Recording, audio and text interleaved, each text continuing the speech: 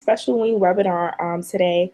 As you know, unfortunately, a lot of things have been going on in the world, unfortunate events, but we like to use those events to educate each other and come together. So this special webinar is with Tamika Mallory, and I'm going to let Tamika introduce herself. We thought it was really important to have this webinar to train and teach a lot of our WE members and friends on how to advocate and how to just kind of speak up for yourselves, as most of us are African American women looking to get into the entertainment fields and other fields. And how can we use our influence to kind of make a change? So, Tamika.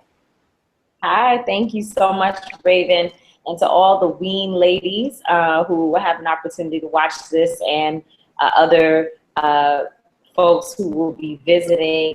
It is really a great opportunity to be here and to have my voice be a part of the conversation on such a great network. You all have created such a dynamic group of young women who are leading professionals. I often see Ween members in a lot of different spaces. You know, sometimes I'm in corporate boardrooms and, then here comes a Ween young lady walking in. And so it is always such a pleasure. And of course, my sister, Felicia, who's worked so hard to put this program together.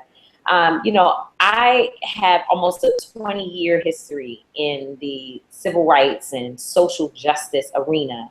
I've been working for almost all of my adult life, doing work that is really for the community, for the people, about the people, and utilizing the people's voice in order to advocate on behalf of certain issues. It's always important to me when we look at the fact that women have always been leading in this space. There's never been a time that women have not been the leading voice, have not been the voice behind the man, the charismatic leader man that we've often seen, whether it be Dr. King or Reverend Jesse Jackson or Reverend Al Sharpton, and all of these men who are great men who have existed in our time. One of the things that they would tell you is that there was always great women who were working behind the scenes to help the movement continue and to grow. And so, I've been one of those women that have been, sometimes in the background, sometimes leading the charge, but always helping to push the movement forward. And it's always great to have an opportunity to talk to other young women who I know are leading and will be the ones that will ultimately take our movement to the next level. Definitely. And for those watching, be sure to share your social media handles with us so we can tweet you and follow you on Instagram as you continue to give good tips. My social media is at Tamika D. Mallory. That's Tamika D. Mallory. And I'm at Tamika D. Mallory on everything, on Twitter. And I'm basically on Instagram all the time. I think I'm sort of like an Instagram junkie. I don't really necessarily want to admit it, but it's kind of true. And that leads us into our next point, Instagram. So you see when people pass or certain things happen, people post on Instagram, and that's kind of it. So can you give us kind of the pros and cons of being what people will call an Instagram activist, someone who takes no action outside of that realm and just posts? Well, I'm pretty hard on activism, right? Because I've been doing it for so long. Prior to Instagram ever existing, I've been on the front lines and on the ground, along with the leader of Ween, Felicia Butterfield Jones, and others. We didn't have the tools that young people have today in order to express our opinion and to give us an extension of our voice. We literally had to get people involved in the movement from door to door, from street to street, from rally to rally. Today, you can actually have a whole millions of people to start following you and being a part of your cause just from one tweet, just from one post. I think the pros of that is that it has made organizing extremely accessible to anyone. Anyone who wants to be a part of the movement can find an entry point, an organization that they agree with, a place to meet up for a rally. Sometimes when you see the killing of a young, innocent, Black or brown man or woman, you just need space to go to heal. And those rallies that pop up on your feed, meet, on whatever corner at whatever time, those are important tools. it has also helped those listeners be able to sort of focus on other things that we need to be doing, because our marketing tool is able to be pressed online and pushed online. I think the con of it is that often we get caught in this space that as long as I sent out a tweet or as long as I said something super black on social media, that somehow I've done my part. But, you know, boots on the ground, feet on the street, voices in the spaces where people expect us to be pushed out, when we push into those spaces and raise our voices and scream Black Lives Matter and have those meetings and, you know, call people's attention to our issues, those things cannot be substituted for a tweet, a post, or any activity online. It's an important tactic that we use social media as a tool, but it is not the end of where you actually ought to be going. You should be using social media to connect with other like-minded individuals and then figuring out what are we going to do physically together to call attention to the issues that our people are facing in this country and abroad. Definitely. And a lot of what we see, I'm happy that you mentioned the Black Lives Matter movement, is some people arguing that, okay, Black Lives Matter singles out, you know, other people and other groups. What is your response to people who say that Black Lives Matter actually segregates us and brings us together? Well, I think that anyone who wants to use the All Lives Matter sort of statement in response to us saying that Black Lives Matter it's a racist statement, because it seeks to erase us from the conversation, which has happened in history over and over and over again. You will notice that when you go to read certain stories, I mean, we just saw here recently where the First Lady of the United States, Michelle Obama, mentions in her speech at the Democratic National Convention that the White House was built by slaves. And how many people did you see say it wasn't just slaves that were there. There were other people that were there. A lot of folks can't deal with the idea that we're going to call attention to ourselves and to our issues specifically. When that happens, it's nothing but racism and white supremacy popping its head, and ignorance, because there are some Black people who will say, well, all lives matter. We know all lives matter. All lives have always mattered. The issue is that Black lives have not mattered, and therefore we are affirming ourselves in this moment by speaking truth to power about Black person in this country or across this world, and feel that we've been marginalized and kept out of what it is to be a prosperous and successful human being in this country. Definitely. And what are some ways that you've organized in the past that you found most successful? Well, there's been a lot of things. I mean, you know, there's been, and when you talk about social media and the difference between the two, what comes to mind for me is one time when I was organizing a march that a lot of people said on a Sunday on Father's Day, no one is really going to come out. You may get a few thousand people to show up for the stop and frisk fight in New York, where we wanted to make it illegal for police officers to stop and frisk folks because they were doing it in Black communities to mostly Black males. And it was supposed to be a practice put in place to find guns, and the reality was that they were not finding any guns. And so we felt that it was criminalizing Black men and Black women, but particularly Black men, adding more people to the database that police keep on us to criminalize us. And so we wanted to stop that. So we were organizing a rally, and there were some people, even big leaders, people who know how to organize, who said, you know, you're only on Father's Day, a Sunday in the summertime, you're going to get about 5,000 to 10,000 people, if that, to show up at the rally.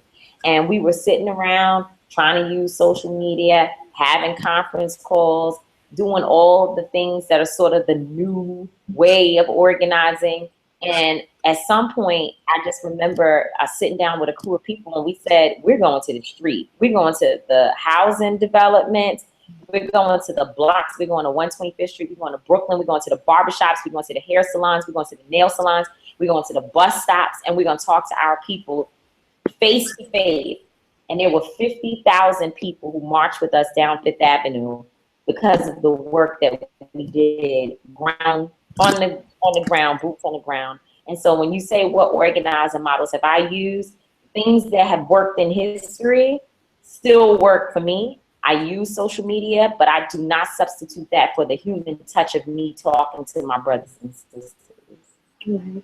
And I like how you mentioned that social media can be a tool, but it should not substitute the real work, the real hard work. And I think that that's what sometimes some people in this newer generation kind of forget. So it's definitely good to reiterate that. What do you say to young people who kind of feel like, oh, well, I don't have a big following, I can't organize? Every single person can do something. You know, it's so funny. It's like if so when Drake and Meek Mill was going through their issues, right? We didn't say, well, I don't have enough followers to weigh in on that conversation. You just weighed in because you had something to say. Like either Meek, you playing yourself, or Drake, oh, that was dope, or you playing yourself, whatever side we wanted to take. When we see that, Beyonce's song is the bomb and she looks awesome at an award show or whatever, we don't worry about how many people on our social media. We just feel we have a conversation and we use our voices. We just go online and we start talking about it. Organizing is the same exact way. It's not about feeling like you have to be up to a certain standard, perfect in anyone's eyes. I say ratchet stuff. I do ratchet stuff sometimes, and I still feel like I can be a leader and be an activist and be out here and be in a movement. Who says I can't say a curse word and still quote scripture the next day as it relates to whatever God may say about my issues? I'm not saying that we need to claim ratchetness as being our everyday reality, but it is the reality for some of us that we live very diverse lives. We got a lot going on. And so I feel like the best thing you could do to participate is just go ahead and participate and don't let stuff get in your way or excuses for why you can't do what it is you want to do. I told some young people today that mediocrity and accepting us not being living out our greatest potential is no longer acceptable for us. We have to know better.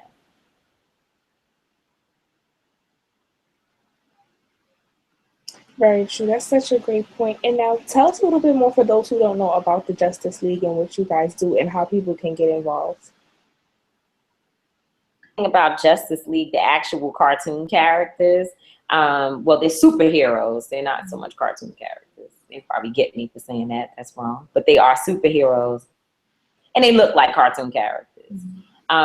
Justice League is truly a task force of superheroes.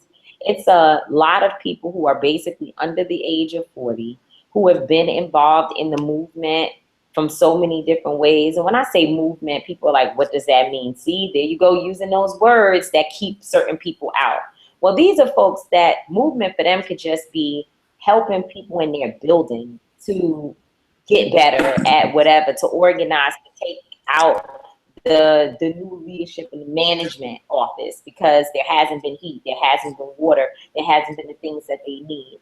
Movement can be any way in which we get involved in the process to make ourselves better. And so the Justice League is made up of different folks who are expert on so many different things. But what makes us dope is that all of us are 40 and under.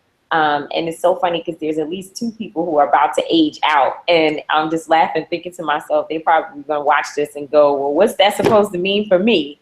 But as long as I'm 36, I'm claiming 40 and under.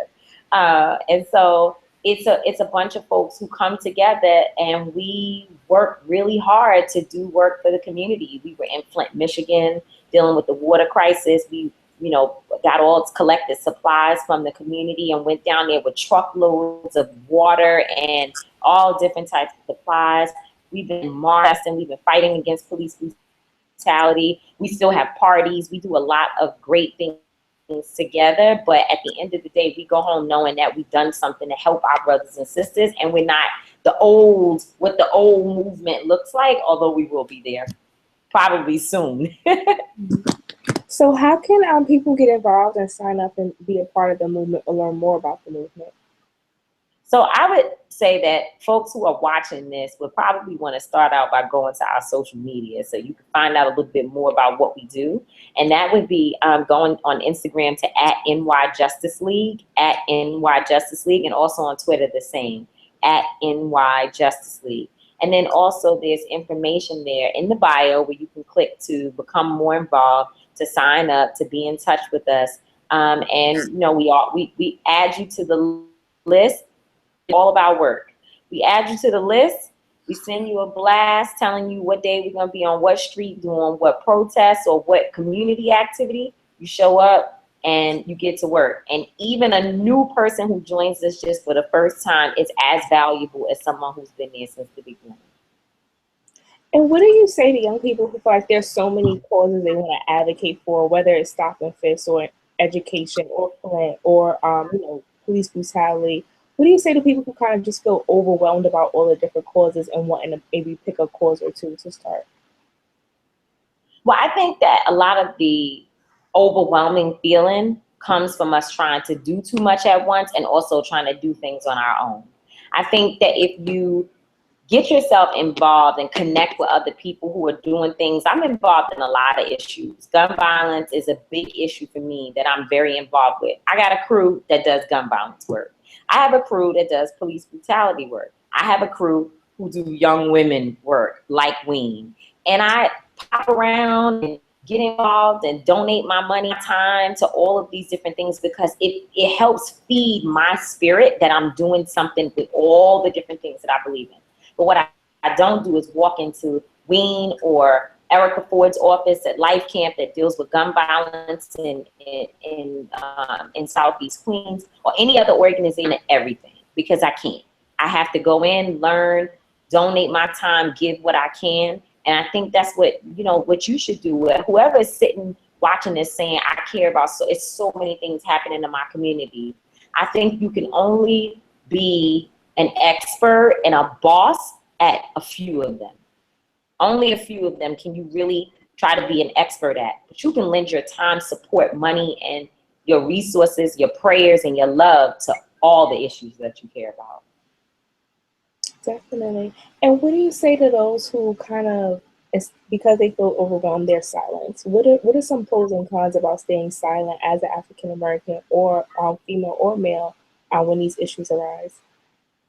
I think one thing I would say is that fear is probably the biggest challenge that we have to get over because that is really what stops us. That's what makes us silent. That muzzles us, if you will.